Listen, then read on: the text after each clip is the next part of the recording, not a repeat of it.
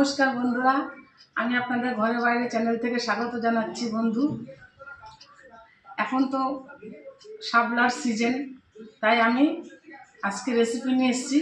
এই দেখুন, টাটকা টাটকা শাপলা নিয়ে এসেছি, বেশ ফুলগুলো টাটকা। দুয়াটি শাপলা নিয়ে এসেছি। এই শাপলা থেকে আমি তৈরি করব নতুন একটি রেসিপি, শাপলার বড়া। দেখুন, এই ধুয়ে নিয়েছি পরিষ্কার করে ছাড়িয়ে। আর এখানে নিয়ে নিয়েছি কয়েকটা স্টিক নিয়ে নিয়েছি, আমার স্টিকগুলো লাগবে। আর এখানে নিয়ে নিয়েছি এক বাটি বেসন। এখানে নিয়ে নিয়েছি 3 চামচ এই চামচের চালের গুঁড়ি। এখানে নিয়ে নিয়েছি গোলমরিচের গুঁড়ো।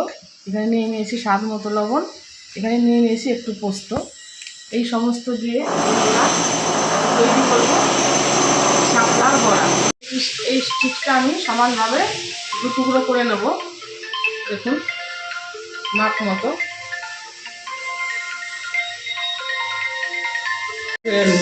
টুকরো করে নিয়েছি দুটো। এবার এখানে রাখলাম। স্টিকের মাপের মতো ভেঙে নেব।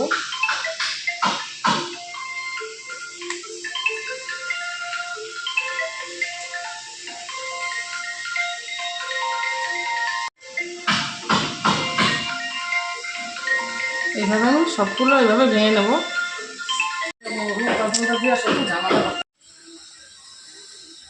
দেখুন, আমি এবার এই স্টিকটার মধ্যে এইভাবে গেঁথে নিচ্ছি শাপলাগুলো।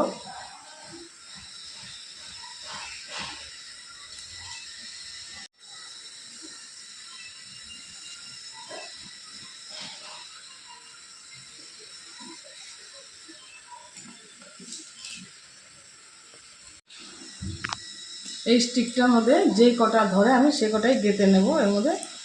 দেখুন বন্ধুরা, কি সুন্দর এই দিকটা দিয়ে আমার গাঁথা হয়ে গেল। এবার আমি এই নিচটা দিয়ে একটা স্টিক দিয়ে আবার আটকে নেব।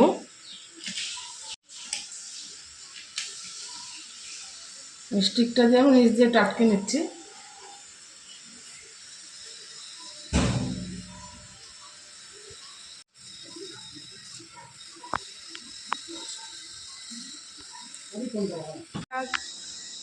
এভাবে আমি দুদিকে স্টিক দিয়ে আটকে নিয়েছি। এবার এরকমভাবে আমি সবকটা করে নেব।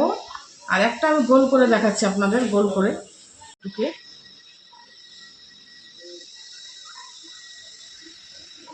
গোল করে নেব।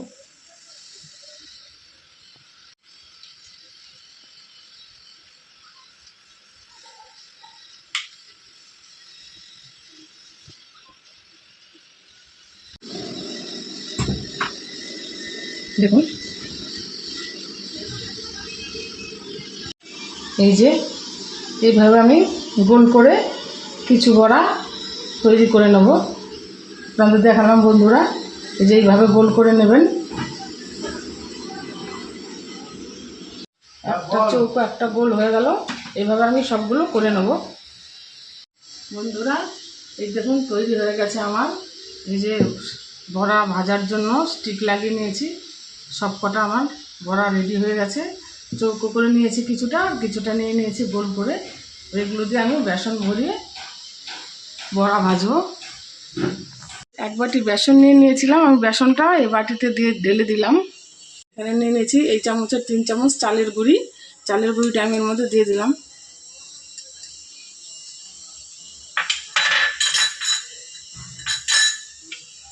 এবার দিয়ে দেবো স্বাদ মতো লবণ।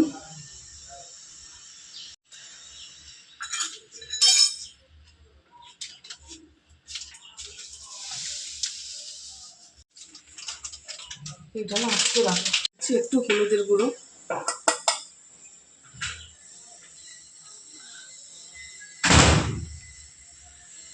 আর আমি অল্প অল্প করে জল দিয়ে এটাকে ভালো করে মেখে নেব।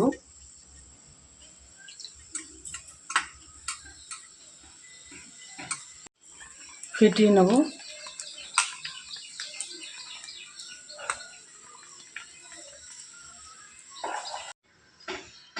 এখন আমার বেসনটা ভালো করে মাখিয়ে ফেটানো হয়ে গেল। এখন আমি 1 চিমটি খাবার সোডা দিয়ে এটাকে ভালো করে মেখে 5 মিনিটের জন্য ঢেকে রাখবো। আমি বেসনগুলো 5 মিনিটের জন্য রেস্টে ঢেকে রেখেছি বন্ধুরা। এখন আমি এই যে শাপলার বড়া যে রেডি করেছি তার মধ্যে আমি একটু একটু করে গোলমরিচের গুঁড়ো ছিটিয়ে দিচ্ছি, ভেতরটা যেন একটু ঝাল ঝাল ভাব আসে, তার জন্য আমি একটু গোলমরিচের গুঁড়ো এর মধ্যে দিয়ে নিচ্ছি অল্প করে। উল্টিয়ে পাল্টে আমি একটু মাখিয়ে নিচ্ছি।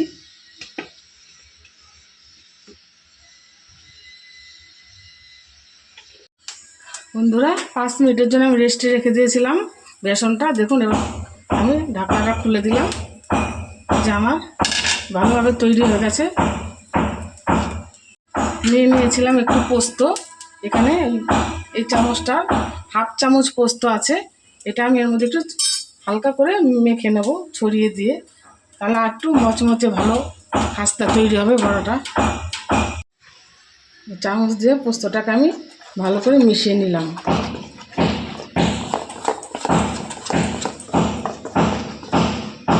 দেখুন মাখাটা ঠিক এরকম রাখতে হবে, এর থেকে বেশি পাতলা হলে হবে না, ঠিক এরকম মাঝারি সাইডে রাখতে হবে। হয়ে এসছে, এখন আমি আস্তে আস্তে করে বড়াগুলো ছেড়ে দেবো এর মধ্যে। গোলমরিচটা ভরিয়ে নিয়েছি, এবার এইভাবে আমি ডোবাবো। এভাবে আমি একটু ডুবিয়ে নিলাম।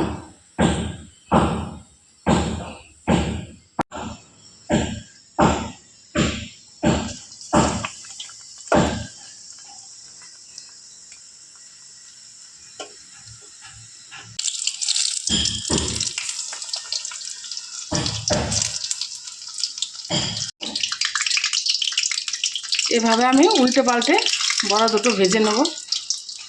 এখানে দুটো দুটো করেই দেওয়া ভালো, কেননা বড়াটা একটু বড় সাইজের হয়েছে তো, সেই কারণে আমি দুটো করে দিয়েছি। এই দুটো বড়া আমার ভাজা হয়ে গেছে বন্ধুরা, আমি এখন নামিয়ে নিচ্ছি। এবারে দেব দুটো গোল টাইপের বড়া। এবার গোল করে করেছি যেগুলো, ওগুলো আমি বেসনে ভরিয়ে নিচ্ছি।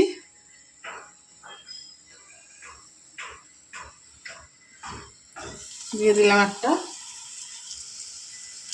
আরেকটা দেব,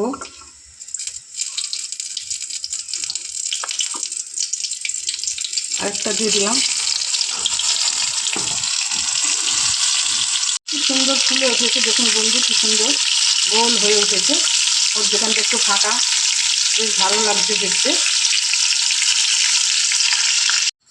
বন্ধুরা এই গোল বড়া দুটো আমার ভাজা হয়ে গেল। এইভাবে আমি চৌকো আর গোল যে কটা আছে আমি পরপর ভেজে নেব। দেখুন আমি নামিয়ে ফেলছি, সুন্দরভাবে ভাজা হয়ে গেছে আমার।